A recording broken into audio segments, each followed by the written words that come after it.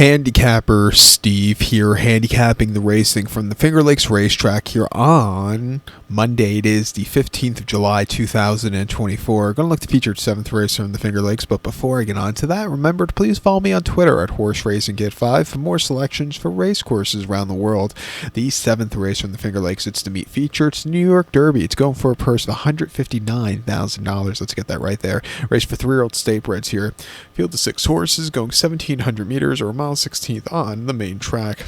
My top selection here, I'm going to go with the 2-horse Elysian Meadow as a top selection.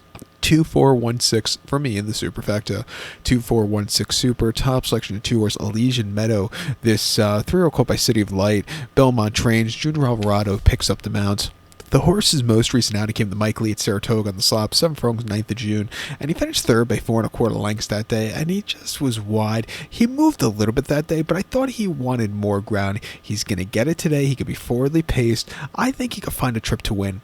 He runs a bit like a turf horse on dirt, so they tried him on turf in the Woodhaven at Aqueduct a mile on the 27th of April, but he didn't fire. He finished 5th by 6 1/4 lengths. He was very wide throughout. He got bumped out a few times, and he just wasn't comfortable that day. He was placed 4th through disqualification, so maybe that's something, but he just wasn't keeping up there.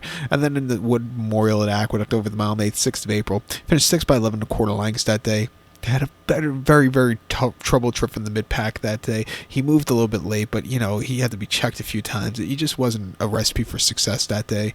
And then the Sam S. Davis at Tampa over the mile 16th, finishing 4th by 6 1/4 lengths that day, breaking 12 of 12. He was stupidly wide, but he did gain some ground that day into that, good pace that day, and then at Aqueduct going 6 and an optional 80 for statebreds in December, winning by 3/4 length. The last time he actually faced statebreds in before the Mike Lee, he won by 3/4 length that day, and from a track and drip he took off clear.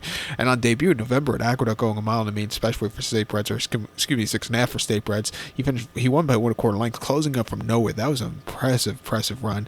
There's definitely run buyers that definitely could keep up here. I'm going to give him a shot on the ticket to win. The 4-horse Panda Gate coming back from the Middle East for Christoph and Dylan Davis wouldn't surprise me if this horse gets a trip to win. He ran a decent third in the UAE Derby on a track that was playing towards speed a lot, but he really closed up well late. The winner just had the jump on him, but not a bad race in the first time proper group quality horses. Against statebreds in the Gander at Aqueduct over the mile, he won by 5 1/4 lengths. And again, closing up from nowhere after a horrible beginning. He showed a good race that day with an 86 buyer.